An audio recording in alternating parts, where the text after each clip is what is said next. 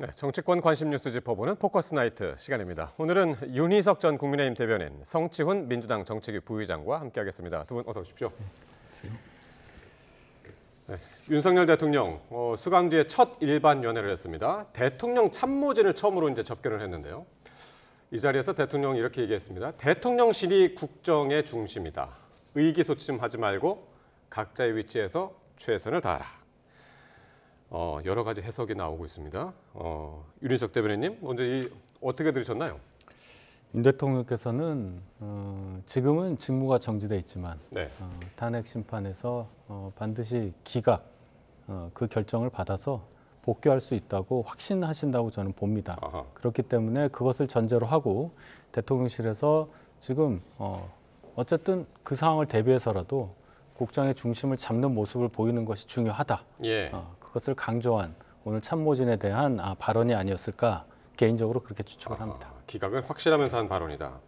오늘 또 이런 얘기도 했다고 그러죠. 설 연휴 중에 의료 체계가 잘 작동이 됐는지, 또 나이 많은 분들은 또 불편을 겪지 않았는지 물었다고 하는데, 예, 성 부장님. 아무래도 대통령이 직무정지된 상태지만 본인이 민생을 챙기는 모습을 보여주고 싶어하는 그런 메시지로 볼 수 있을 것 같은데 예. 과연 국민들께서 윤석열 대통령이 지금의 의료 체계를 챙길 자격이 있는가라고 생각하실 것 같아요. 왜냐하면 의정 갈등을 일으키면서 현재 지금 대한민국 의료 시스템의 위기를 초래한 장본인 아니겠습니까? 예. 그런 사람이 그리고 심지어 12월 3일 비상계엄 포고령에는 미복귀한 전공의를 처단하라라는 메시지를 담으면서 의료 체계의 이런 의정 갈등을 더욱더 부추기는 그런 행위들도 저지르지 않았습니까? 그런 윤석열 대통령이 과연 지금 상황에 와서 이렇게 의료 체계를 챙기고 뭐 어르신들을 챙길 수 있는 그런 발언을 할 자격이 있는가? 좀 국민들께서는 그렇게 받아들였을 거라 생각합니다. 예. 이제 오늘 첫 일반 면회가 있었고 거기 첫 면회가 지금 말씀드린 것처럼 대통령실 참모진들이 갔고요.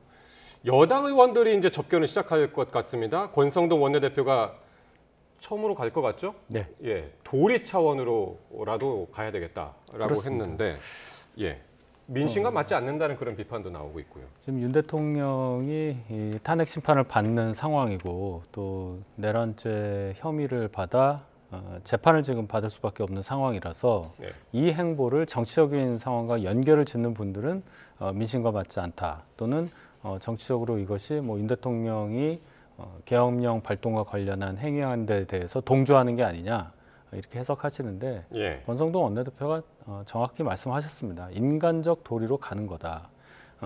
이것을 반대로 예. 뭐 그럴 경우도 상정할 경우에 뭐 불쾌하게 들으실 수도 있겠지만 민주당 출신 대통령이 똑같은 상황에 있을 때 민주당 의원, 민주당 원내대표, 민주당 대표가 그런 예. 면회를 안 가겠느냐.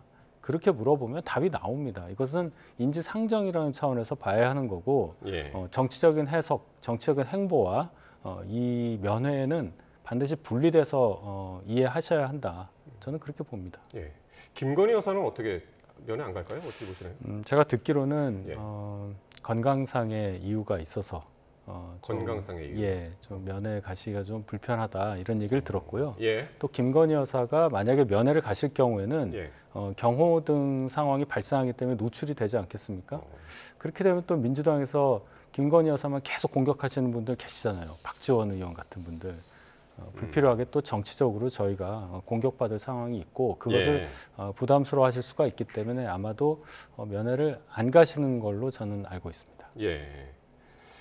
근데 어쨌든 그 권성동 원내대표뿐만 아니라 이제 정치인들, 여당 의원들 아니면 뭐 원외 뭐 인사들 가게 되면 어쨌든 윤 대통령의 지금 심경이라든가 메시지가 그분들을 통해서 이제 또 흘러나온 것 아니냐. 야당 쪽에서는 이것도 또 우려를 하고 있는 것 같더라고요. 그렇죠. 그런 것들이 국민의힘에 과연 도움이 될 것인가 저희는 되묻고 싶은 겁니다. 예. 뭐 윤석열 대통령을 지지하는 분들, 여전히 지지하는 분들에게는 뭐 동정 여론도 일으킬 수 있고 또 결집의 효과도 일으킬 수 있겠지만 제가 봤을 때는 중도층 여론에는 그렇게 긍정적 영향을 줄 거라고 보지는 않거든요. 그리고 아까 말씀하신 것처럼 저도 맞습니다. 만약에 민주당에 그런 일이 발생한다고 가정을 했을 때 개인적 도리가 있는 분들이나 뭐 지도부 이런 분들은 면회나 접견을 할 수도 있다고 생각합니다. 예. 하지만 과연 지금 윤석열 대통령을 접견하는 국민의힘 정치인들이 단순히 그런 인간적 도리 이런 것들을 행하려 가는 사람들만 있는가? 저는 분명 개인적 정치적 목적을 갖고 가는 분들도 있다고 생각하거든요. 권성동 원내대표 같은 경우는 수십 년의 인연이 있지 않습니까? 예. 그런 분들은 이해가 일력은 됩니다. 합니다. 윤상현 의원 또 대표적으로 윤상현 의원 같은 경우는 대통령과의 연이 그렇게 길지 않은 걸로 알고 있는데 그런 분들은 굳이 접견을 갔다 와서 또 그런 대통령의 뭐 상태나 메시지를 본인의 생각을 덧붙여서 정치적 메시지로 변환시켜서 지금 지지자들에게 말을 하고 그럼 있거든요. 본인을 위한 접견이라는 그렇죠. 말씀이죠. 본인을 정말 윤석열 대통령을 위한다기보다는 본인의 정치적 목적, 강성 지지층에 어필하기 위함 이런 목적을 갖고 접견을 하는 것이기 때문에 또 예. 그런 발언들이 지지층을 자극하고 또 뭔가 지지층으로 하여금 정치적 메시지를 본인이 전달하는 역할을 했다는 그 인식을 심어주겠다는 목적이 너무나도 뻔하게 보이기 때문에 예. 순수한 의도로 보이지 않는다. 그렇기 때문에 비판을 하는 겁니다. 예. 그러니까 가는 사람은 본인을 위해서 가고 윤 대통령 입장에서는 지금 말씀하신 대로 지지층들에 대한 동정 여론 아니면 지지를 더 끌어모으기 위한 소위 말해서 이제 뭐 옥중 정치 뭐 이런 단어들도 나오더군요. 근데 윤 대통령 입장에서는 네. 굳이 그런 정치적인 행위를 일부러 동정 여론이나 지지 여론을 불러일으키기 위해서 할 이유가 없어요. 현직 대통령이고요. 예. 방금 말씀드렸듯이 탄핵 심판에서 기각 결정 받을 수 있다고 확신한다고 저는 보기 때문에 뭐 지지 여론에 관계없이 다시 업무에 복귀한다는 전제가 깔려 있다면 정치적 의도를 갖고 뭐 옥중 정치를 한다거나 예. 옥중 메시지를 전달하거나 그런 의도로 하시지는 않을 거라고 저는 봅니다. 밖에서 해석을 그렇게 하는 것이죠. 그러니까 윤 대통령이 바라보는 현재 전국 상황과 밖에서 윤 대통령을 중심으로 돌아가는 상황을 해석하는 그 시각이 전혀 다르다. 저는 예. 그렇게 봅니다. 예. 알겠습니다. 자, 길었던 설 연휴가 끝나면서 윤 대통령의 탄핵 심판도 이제 본격적으로 다시 시작이 됩니다. 그런데 이 연휴 기간 동안에 국민의힘이 이 헌법재판소의 공정성 문제를 상당히 이제 문제를 삼았는데 지금 여야가 연일 이 문제를 놓고 공방을 벌이고 있습니다. 직접 듣고 오겠습니다. 특히 문영배 대행은 이재명 대표와 사법 연수원 동기 시절부터 호용 호재하며 민주당 정성호 의원이 가장 가까운 사이라고 보증한 인물입니다. 또 내가 우리법 연구에서 제일 왼쪽, 재판도 정치도 결정의 시기가 더 중요하다며 편향성을 노골적으로 드러냈습니다. 논란이 커지자 문 대행은 트위터 계정을 폐쇄하고 블로그에 해명글을 덧붙이고 있습니다. 자신의 SNS상 행적이 문제라는 것을 인정한 셈입니다. 그렇다면 자신의 SNS 계정을 탄핵할 것이 아니라 탄핵 재판 회피 신청서를 제출하는 것이 마땅합니다. 이렇게 얘기를 하면은 윤석열 대통령을 조사할 검사도 판사도 헌법재판관도 대한민국에 아무도 없어요. 예. 결국은 수입을 해서 윤석열 대통령은 조사도 하고 판결도 하고 헌법재판도 해야 되지 않느냐. 윤석열 대통령하고 대학, 고시, 예. 법조, 선후배 아닌 사람이 어디 있어요? 이건 있을 수 없는 일인데 네. 과거의 보수는 이러한 보수가 아니었습니다. 그런데 이렇게 그 헌법재판관들을 좌표를 찍어가지고 예. 비난을 하는 것은 있을 수 없는 일이죠. 자, 일단 국민의힘은 지금 헌법재판관들의 그 정치적 편향성을 연일 주장을 하고 있는데 구체적으로 특정 재판관에 대해서 이야기를 하고 있는 거죠. 구체적으로 어떤 이야기입니까? 일단 문영배 헌재소장 권한대행의 경우에는 네. 저희가 편향됐다고 얘기하고 있는 뭐 우리법 연구회 그쪽 소속이었었고 뭐 예. 정계선 재판관도 마찬가지 또 이미선 재판관도 그 후신이라고 흔히 얘기하지만 어쨌든 인권법 연구회 비슷한 성향을 가진 예. 그쪽 소속이란 말이죠. 진보 성향이라는 거죠. 그렇죠. 후보자로 지금 대기하고 있다고 볼 수 있는 마은혁 재판관 후보자도 우리법 연구회 소속이니까 예. 만약에 마은혁 재판관까지 임명이 된다면 헌재 9명 중에 4명의 재판관이 특정 성향을 가진 학회 활동을 하는 그러한 예. 판사 모임 소속이다. 근데 그 소속이 지금 현재 판사분들이 한 2,900명 정도로 알고 있는데 인권법 연구회가 지금 남아있는 상태에서 120명 정도밖에 회원이 없다고 해요. 그럼 5%도 안 되는 그런 어떤 학회 모임에 소속돼 있다. 그러니까 편향됐다고 말씀을 드리는 겁니다. 예. 이 말씀이 왜 중요하냐면 우리 헌법재판소 구성의 원칙이 333 아닙니까? 예. 대통령, 국회, 대법원장.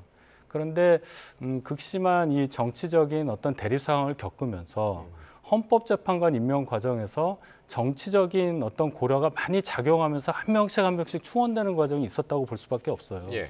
그래서 야권에서는 뭔가 야권 성향이라고 확실하게 볼 수 있는 분들이 예. 임명이 돼서 뭐 문재인 대통령에 의해서든 국회 선출 과정을 통해서든 충원되는 과정이 있었고, 뭐 보수에서도 그렇게 지적받을 분들이 지적받을 만한 분들이 임명된 적도 있지만 예. 보수 성향의 어떤 판사 모임 이런 건 없습니다. 그래서 저희는 그 부분을 지적을 하는 거예요. 예. 전체 판사 중에 5% 정도가 활동을 하고 생각을 같이 한다고 볼 수 있는 그런 쪽의 분들이 많게 보면 헌재 구성상 9명 중에 4명까지도 점유할 수 있다는 이 상황에 대해서 예. 지적을 하는 겁니다. 정치적으로 일단은. 예. 아까 그 표 한번 그 헌법재판관 표 한번 다시 한번 보여드리면서 이야기를 하자면 구체적으로 또 이제 이미선 재판, 그러니까 지금 문영배 헌재수장 권한대행 이재명 대표가 이제 친분 문제를 문제 삼고 있고, 그리고 이제 이미선 재판관 같은 경우는 친동생이 그 민변 산하의 윤석열 퇴진 특별위원회 부위원장을 맡고 있다는 점, 그리고 정계선 재판관은 남편이 지금 이제 헌재 탄핵 심판의 국회 측 변호인단이죠. 김희수 변호사가 이사장으로 있는 재단에서 함께 일을 하고 있다. 라는 점들을 지금 구체적으로 문제를 삼고 있단 말이죠. 자, 지금 우리가 표에서 본 것처럼 8명 중 3명이 진보 성향으로 판단을 받고 있고요. 나머지 5명은 중도 보수 내지 보수로 판단을 받고 있습니다. 네. 그럼 5대 3입니다. 마윤혁 그 재판관이 임명이 된다 하더라도 4대 5거든요. 이게 어떻게 진보로 편향이 됐다는 거죠. 그리고 우리법 연구에 소속이 많다.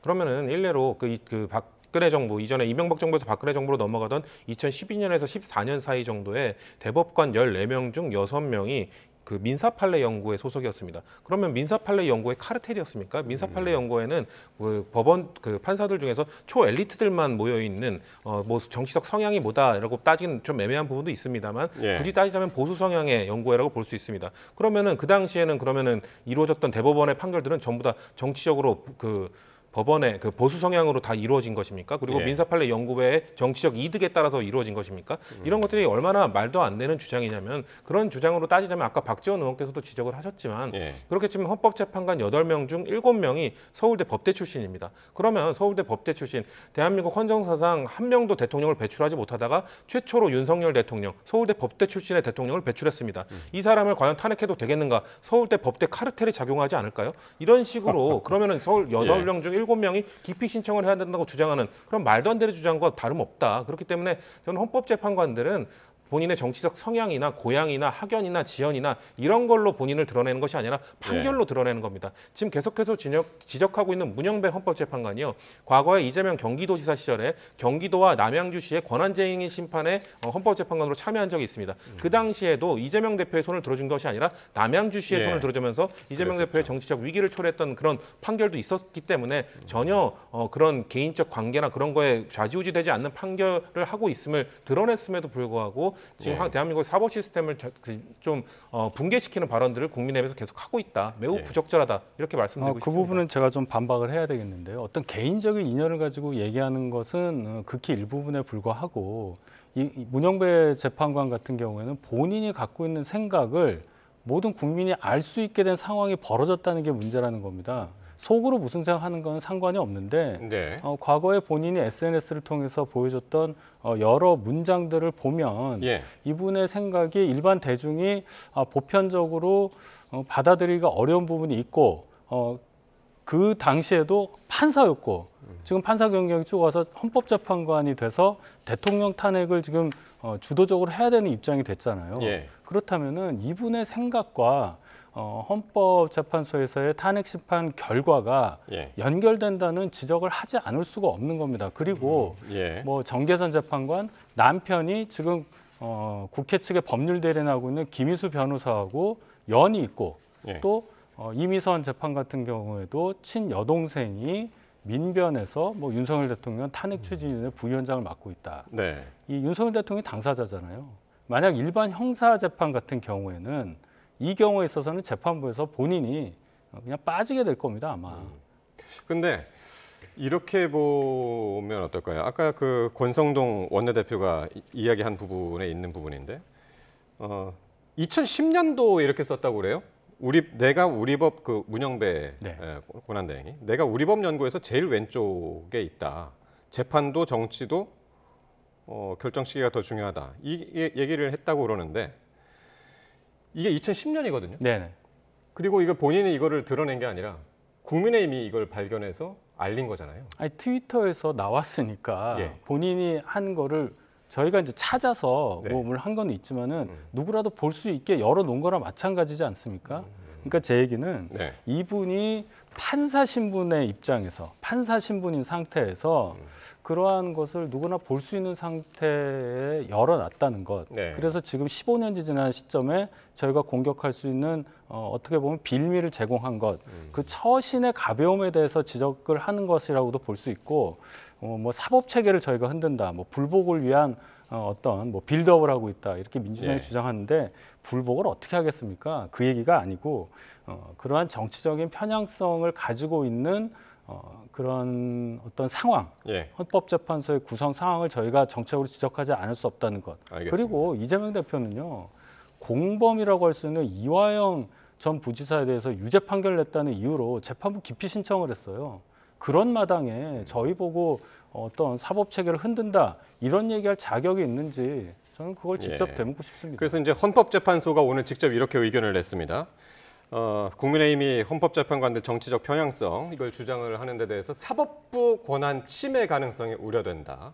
그리고 탄핵 심판의 본질을 왜곡하는 것이다라고 입장을 냈습니다.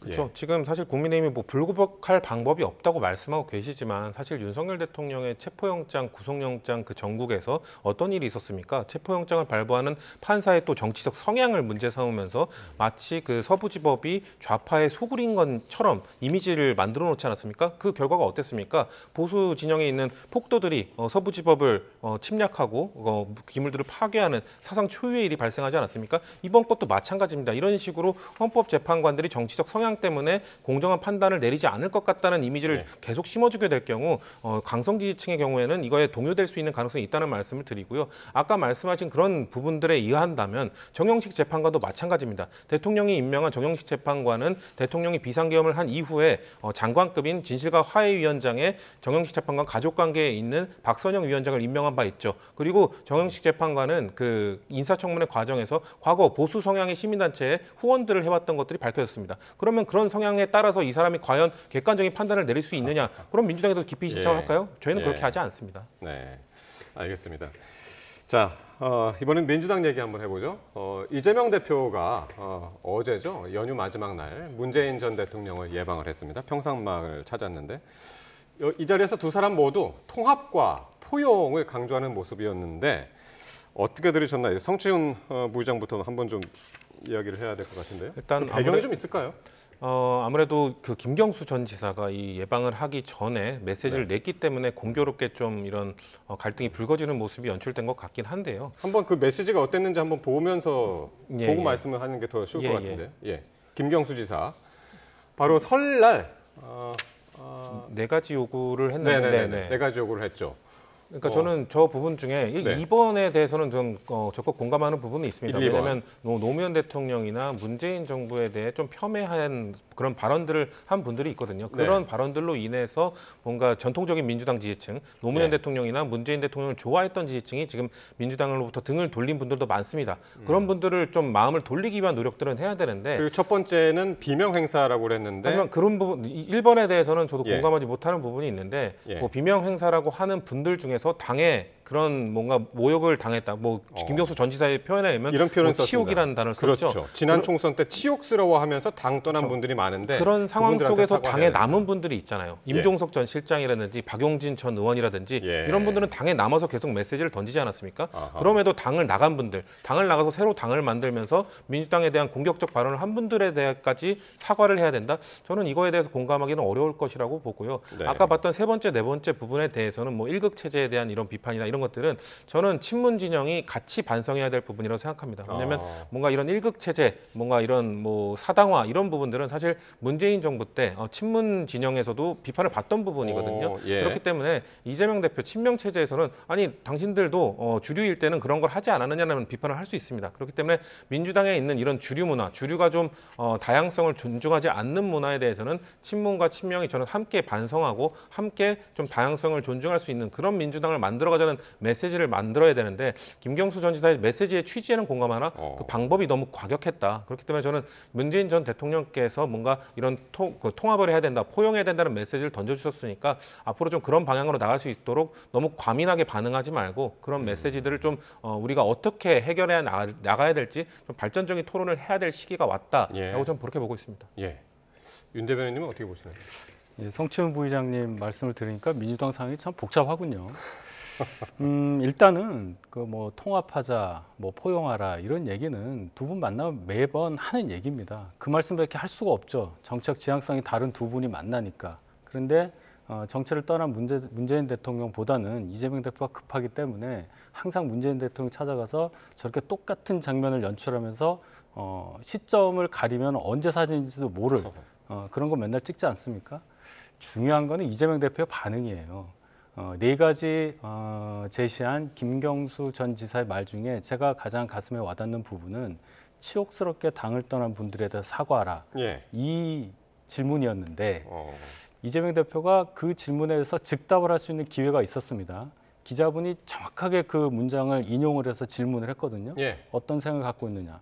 뭐라고 거기서 답했나요? 즉답을 했었어야 되는데 대변인을 찾아요. 본인이 그 질문에 대해서 대답을 하지 않은 겁니다.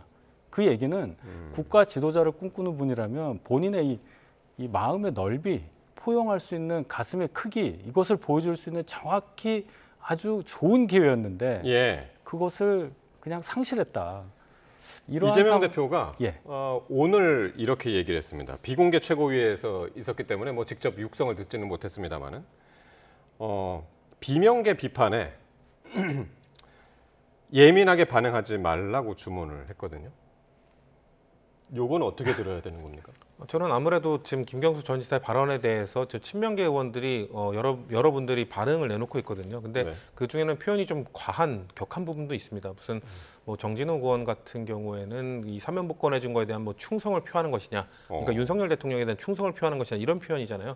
그러니까 뭐 이게 논란이 되자 삭제하기도 했거든요. 그러니까 예. 지금 저는 이런 좀 갈등이 발생했을 때는 결국 좀 더 주류 세력, 좀 더 세력이 큰 쪽에서 품어야 된다고 생각합니다. 근데 예. 지금 민주당의 주류 세력은 누가 봐도 친명 세력이잖아요. 그럼 이런 좀 비주류 세력에서 이런 좀 볼멘 소리가 나올 때는 그걸 품어줄 수 있는 모습을 보여줘야. 왜냐하면 차기 대선은 제가 봤을 때는 지난 2022년 대선과 마찬가지로 매우 박빙의 싸움이 될 거라고 봅니다. 50대 네. 50의 싸움이 될 거라고 보면 이런 군소주자들, 뭐 김경수 전 지사나 이런 분들을 좋아해서 민주당을 지지하는 분들의 지지까지 한 표 한 표를 다 끌어모아야 겨우 승리할 수 있을 것이거든요. 그렇기 때문에 이런 분들에 대한 반응을 너무 과민하게 하지 마라.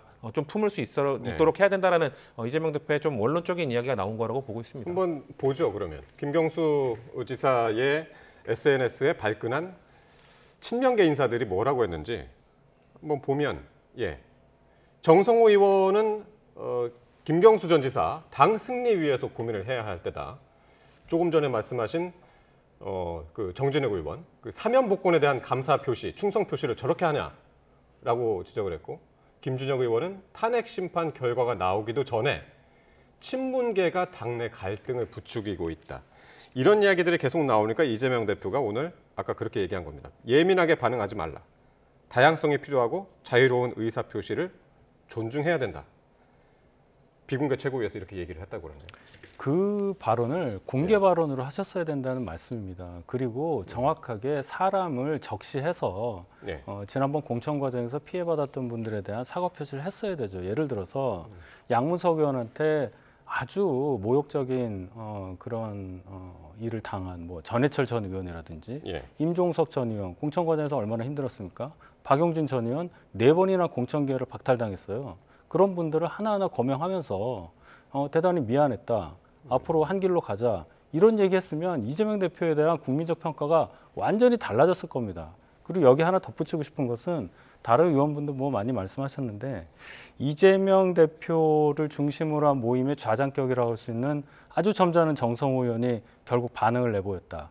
이 상황을 저는 굉장히 중요하게 봅니다. 예. 이재명계에서 이재명 의원분들 이쪽에서 지금 이 상황 비명계에서 이재명 대표를 직접적으로 공격하고 있는 상황을 대단히 엄중하게 보고 있다. 예. 그렇기 때문에 그동안 항상 반응 안 하시고 뭐 당 통합 좋은 얘기만 하시던 점잖은 정성호 의원이 저렇게까지 반응을 내보였다. 예. 이 상황을 저는 유심히 보고 싶습니다.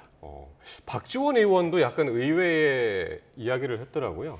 찻잔 속의 태풍에 지나지 않을 것이다. 이런 비명계, 김경수 전 지사라든가 비명계의 이런 발언들 최근 이제 높아지는 그런 목소리들에 대해서 찻잔 속의 태풍 이런 표현을 썼던데. 그런 분들의 그러니까 이 김경수 전 지사나 뭐 김부겸 전 총리나 이런 네. 분들의 발언이 그냥 미미하게 그칠 것이다 이런 느낌보다는 네. 아무래도 그 이재명 대표에게 또 이런 메시지도 던졌어요. 이런 목소리를 또 겸허하게 수용해야 된다라는 말씀도 같이 하셨어요. 동시에. 그렇기 때문에 저는 그 찻잔 속의 태풍이란 말은 친명 의원들에게 또 하는 말일 수도 있다. 왜냐하면 지금 이 분들의 발언이 이재명 대표를 뭐 위협하거나 뭐 이런 뭐 돌풍을 일으키거나 이런 발언으로 발전할 가능성은 없으니까 너무 네. 그렇게 민감하게 반응하지 네. 말고 수용하자라는 취지에서 그런 말씀을 하신 거라고 저는 생각합니다. 예. 자, 그럼 이 시점에서 한번 여론조사 결과 한번 보고 올까요? 설 연휴 기간 동안에 이제 발표가 된 건데 여러 기관에서 조사를 했습니다. 한국리서치. 일단 양당 지지도를 보면은 국민의힘 35, 민주당 37, 그리고 코리아 리서치 인터내셔널 국민의힘 41, 민주당 44, 그리고 SBS 입소스 조사 39대 39.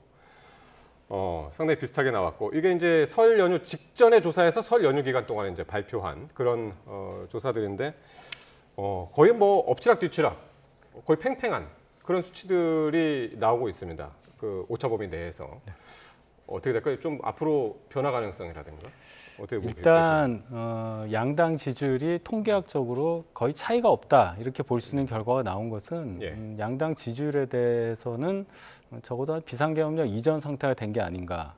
그런데 이제 보면 수준이 좀 올라갔죠. 숫자 자체가 그것은 양쪽 지지자들이 여론조사에 많이 응답을 하고 있다. 예. 결집했다고 표현을 하죠. 예. 그렇게 볼 수 있는데 지금 관심을 더 보이는 것은 조기 대선이 있을 수도 있으니까 향후에 있을 수도 있는 조기 대선의 승패 누가 이기느냐, 정권이 연장되느냐 아니면 교체되느냐 이것을 판단하기 위한 예. 양당 지지율 비교라고 볼 때는 예. 저희 입장에서는 하나 빠진 부분이 있다고 볼 수가 있어요. 예. 조국 신당이 7에서 8% 정도 항상 지지율이 나오는데 예. 대선이 벌어질 경우에는 그분들이 저희 당 후보를 찍기보다는 민주당 후보를 찍을 가능성이 훨씬 높겠죠. 예. 그것까지 감안을 해서 저희가 정당 지지율을 비교하는 것이 맞지 않을까. 아하. 예, 보수적으로 그렇게 해석해야 한다고 저는 생각합니다. 조기 대선이 치러질 경우에는 그것까지 포함해서 여대 야로 비교를 해야 된다. 그렇습니다. 그런 말씀이시네요. 예. 저는 지금 성부 비슷하게 나오고 있는 지지율이 양당에 지금 놓여진 과제를 어떻게 극복하느냐에 따라 변화를 보일 것이라고 봅니다. 민주당에 주어진 과제는 아까 방금 우리가 다뤘던 것처럼 이런 군소 후보들의 이런 목소리들을 어떻게 포용할 것인가. 포용을 하게 되면 저는 지지율이 더 높아질 것이고 포용을 못하면은 아마 지지부진하거나 낮아질 수도 있다고 생각합니다. 예. 국민의힘은 또 다른 거 있죠. 대통령과의 차별화를 과연 할 수 있을 것인가. 지금 뭔가 김문수 장관과 같은 대통령과 자신을 일치시키는 이런 강성의 목소리들이 오히려 주목을 받고 있는 시기인데 탄핵이 만약에 결정이 나고 나면 조기 대선으로 만약 이어지게 되면은 그 목소리는 저는 순식간에 사그라들 거라고 보거든요. 네. 그렇게 되면은 중도 확장성이 있는 후보가 누구인가로 저는 보수 진영의 판도가 바뀔 거라고 봅니다. 그렇게 되면 지금부터 누군가가 대통령과 차별을 하면서 예. 중도 확장성의 메시지를 내는가? 저는 거기에 국민의힘 지지율 변화에 그 갈림길이 있을 거라고 그건 봅니다. 여도 야도 마찬가지 아닙니까? 지금 여야 모두 지금 누가 더 유연하게 갈 것인가가 네. 지금 과제라고 보고 있습니다. 중도 확장성. 맞습니다. 예. 자, 대통령 권한대행, 최상목 권한대행이 야당 주도로 국회를 통과한 두 번째 내란 특검법에 대해서 오늘 제2요구권, 거부권을 행사를 했습니다. 어떻게 보셨나요? 예상을 하셨는지 모르겠네요. 예, 거의 뭐 예상이 됐던 거죠. 최상목 권한대행이 지금까지 거부권 행사하면서 항상 얘기한 것이 여야 합의를 강조했었습니다. 네. 한독수 권한대행도 그렇게 얘기했었고요. 예. 이 법 또한 여야 합의로 통과된 것이 아니기 때문에 똑같은 명분을 갖고 있는 최상목 권한대행 입장에서는 이것을 수용할 수가 없었고 실질적으로 또 하나 요소가 추가된 것이 이미 윤 대통령이 검찰에 의해서 기소가 됐다는 겁니다. 예. 특검이 통과돼서 특검법이 통과돼서 특검이 성립한다고 할 경우에 예. 특별검사가 새로 기소할 수 없다는 얘기입니다. 특검하기에는 이제 이미 너무 늦었다. 그렇죠. 이렇게 효용성이 보는 거예요. 없다는 얘기입니다. 예. 그러면 그 특검이 만약에 세워진다 하더라도 검찰이 기소한 건에 대해서 공소유지하는 것밖에 없는 거예요. 그것을 위해서 예산을 쏟아붓고 또 절차를 밟고 이렇게 되는 것이 과연 맞느냐. 민주당이 항상 얘기하지 않습니까? 신속하게 재판하라. 재판이 예. 지연되는 효과가 나오는 겁니다. 그래서 결론적으로는 내란죄 관련한 이 특검은 이미 통과되어야 할 시기를 이미 지났다. 이 지난 것은 예. 민주당 박찬대 원내대표가 이끌고 있는 민주당 원내 지도부의 패착에서 비롯된 일이다. 그래서 더 이상 이 내란 특검법 관련한 일들은 국회에서 더 이상 효용을 갖고 뭐 통과되거나 뭐 재논의될 가능성이 저는 없다고 봅니다. 예. 성 부의장님. 예. 너무 늦었나요? 지금 시기가 이제? 뭐 좀 빨리 됐으면 좋았죠. 근데 그런 그 핑계를 뭐 곽찬대 원내대표에게 주는 것보다는 저는 국민의힘이 계속해서 반대했기 때문에 애초부터 이 내란죄 특검에 대해서는 동의할 생각이 없었기 때문에 이렇게 기간이 길어지면서 이 결국 지금 기소 이후에 이거를 논하게 된 것이라는 말씀을 드리고 싶고 예. 최성목 권한대행에서는 매우 유감이다라는 말씀을 드릴 수밖에 없습니다. 왜냐하면 여전히 위헌 요소가 있다고 했는데 아마도 그 인지수사 부분을 말하는 것 같습니다. 근데 인지수사 부분 같은 경우는 박근혜 대통령 국정농단 특검 때도 들어가 있던 부분이고요. 이명박 대통령의 BBK 특검 때도 들어가 있던 내용입니다. 그런 것들이 위헌적 내용이라면 지금 대한민국의 특검 역사를 부정하는 내용이나 발언이나 다름없거든요. 그리고 뭐 국가기밀 유출 가능성 역시 언론 브리핑 때 이런 부분에 대해서는 다 제한다고 우리가 말을 했기 때문에 이런 것들 역시 설득력이 없다. 결국 민주당 입장에서 봤을 때는 최상목 권한대행이 그 비상계엄 직전에 있었던 국무회의에서 예. 본인이 뭔가 문서도 받았다고 하고 뭔가 알고 있었음에도 제대로 적극적으로 방어하지 못한 그 본인의 잘못이 밝혀질까 봐 두려워서 이런 것들을 특검을 거부한 것 아니냐라는 비판을 할 수밖에 없는 것이고요. 예. 다만 저는 그런 건 있습니다. 만약에 이번에 이게 재표결을 하게 됐을 때 이거에서 또 통과시키지 못할 경우에는 저는 민주당 지도부도 이거에 대해서는 좀 반성을 할 부분은 있다고 생각합니다. 왜냐하면 8명에 대한 충분한 확보를 하지 못한 상태에서 특검법을 또 두 번째 특검법을 추진한 것이기 때문에 예. 저는 두 번째 특검법을 추진했을 때는 8표를 충분히 확보한 그 정치적 이런 전략성이 있는 상태에서 했어야 된다고 생각하기 때문에 재표결 때도 만약에 200표가 나와서 이게 부결된다? 그럼 저는 지도부의 책임도 어느 정도 물어야 된다고 생각합니다. 국민의힘에서는 뭐 이제 재표결 해도 이제 통과될 가능성 상당히 낮다. 그렇게 이제 보고 있는 것 같은데 민주당에서 요게 상당히 궁금합니다. 오늘 최대행에게 합당한 책임을 묻겠다고 이야기를 했거든요. 근데 탄핵은 언급을 안 해서 이게 탄핵인지 아닌지 그게 궁금합니다. 저는 정치적 수사일 거라고 생각을 하고요. 왜냐하면 탄핵은 사실상 힘들 거라고 생각합니다. 지금 최상목 권한대행에 대해서 탄핵을 이야기하는 것은 제가 방금 말씀드린 것처럼 최상목 권한대행이 본인의 이해충돌 여지가 있는 것 아니냐. 왜냐하면 본인도 비상계엄 직전 국무회의에 참석을 했기 때문에 그거에 대한 특검을 막았기 때문에 그럼 이해충돌 아니냐라는 이건 반헌법적이다는 비판을 하는 건데 그러면은 그 행위 자체가 결국 권한대행일 때 이루어진 것이잖아요. 그러면은 그 한덕수 국무총리의 탄핵 때도 151석이냐 200석이냐 이거 갖고 논쟁이 있었는데 한덕수 권한대행 당시에는 그 혐의가 국무총리 당시의 혐의 그리고 권한대행일 때 혐의가 섞여 있었기 때문에 151석이라는 주장을 저희가 할 수 있었다고 생각하는데 이번에 최상목 권한대행 같은 경우는 방금 말씀드린 행위는 권한대행일 때의 행위이기 때문에 200석으로 기준을 보게 될 것 같습니다. 그렇게 되면 사실상 현실적으로 탄핵을 소추하기가 매우 어려운 기준인 거죠. 그렇기 때문에 저는 그렇기 때문에 탄핵이라는 단어를 꺼내지 않고 뭔가 정치적 책임,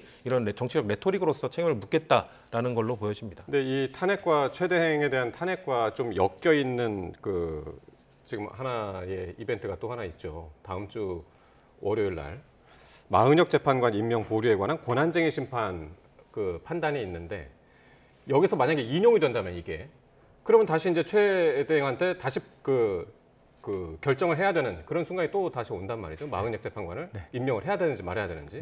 여기에 따라서 또 민주당의 선택 달라질 가능성 어떻게 보십니까? 일단 헌재에서 최 권한대행이 마은혁 재판관을 임명하지 않는 것이 위헌적이다. 그렇게 결정을 내린다면은 최 권한대행이 임명을 안 할 수가 없을 겁니다. 강제할 방안은 없지만 위헌 상태를 그대로 두고 부작위 상태로 갈 수도 없는 겁니다. 그러면 이제 최권한대행이 행정을 처리함에 있어서의 명분이 정치적으로도 그렇고 법적으로도 그렇고 굉장히 흔들리지 않겠습니까? 네. 결론은 이제 헌재가 어떻게 할 거냐가 중요한데 헌재는 아마도 이 중요한 대통령 탄핵 심판 절차가 완결된 헌재의 구성 상황 하에서 예. 이루어져야 한다. 아마 이 생각이 강하리라고 봅니다. 예. 8명보다는 9명 체제에서 뭔가 결정을 내리는 것이 훨씬 더 국민들께 이 결정에 대해서 더 다가설 수 있게 하는 그런 상황이 아니겠느냐 이런 판단을 하리라고 보기 때문에 예. 그 과정도 좀 지켜봐야 되겠습니다. 송 부의장님 짧게 말씀하실까요? 뭐 저희도 마은혁 재판관을 임명하게 될 거라고 봅니다. 왜냐하면 지금 국민의힘에서는 마은혁 재판관의 성향을 문제 삼고 있지만 예. 결국 헌법재판관들이 보는 거는 이 절차적인 문제가 있었느냐 없었느냐의 문제잖아요. 그렇기 때문에 마은혁 재판관을 임명할 때 여야 원내대표 간 합의가 있었다는 그런 절차적 문제는 없었다고 판단을 할 것이기 때문에 예. 헌법재판소에서 마은혁 재판관은 임명해야 된다는 판결을 내릴 것이고 예. 최상목 권한대행도 어쩔 수 없이 따르게 될 것이다라고 보고 있습니다. 예, 알겠습니다. 이래저래 뭐 다음 주는 헌재의 시간이 될 것 같습니다. 말씀 여기까지 듣죠. 윤희석 전 국민의힘 대변인, 성치훈 민주당 정책위 부의장이셨습니다. 두 분 고맙습니다.